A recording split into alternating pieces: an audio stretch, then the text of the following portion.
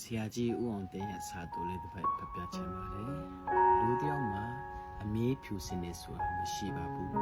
ဒါပေမဲ့ဖြူစင်အောင်တော့အမေးကြိုးစားပါ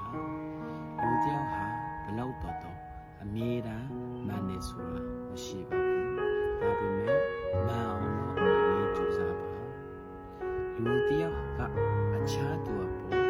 အမေးစိတ်ကောင်းထားနိုင်တယ်ဆိုတာမရှိပါဘူးဒါပေမဲ့ရုံမာတဲ့စိတ်မမွေးမိအောင်တော့အမေးတတိထားပါလူတယောက်ကကိုယ့်အပေါ်ကိုနိုင်ထက်စင်းနေဆက်ဆံသူကိုအမေးတိခံမှုဆိုတာမလွယ်ပါဘူးဒါပေမဲ့ကိုကစပြီးမတရားမလုံးမိအောင်အမေးကြိုးစားပါလူလောကမှာမူကားကျင်းတဲ့လူဆိုတာမရှိတဲ့လောက်ရှားပါလေဒါပေမဲ့အတတ်နိုင်ဆုံးအလိမ်အညာနေအောင်အမြဲကြိုးစားပါလူလောကမှာဟမ်မဆောင်တတ်သူဆိုတာမရှိပါဘူး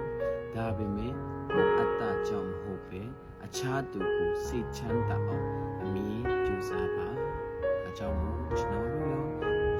ဘဝမှာကိုကြောင့်စိတ်ချမ်းသာတဲ့လူတွေရှိခဲ့ပြီလားဆိုတာတစ်ချက်လောက်ပြန်စဉ်းစားကြရအောင်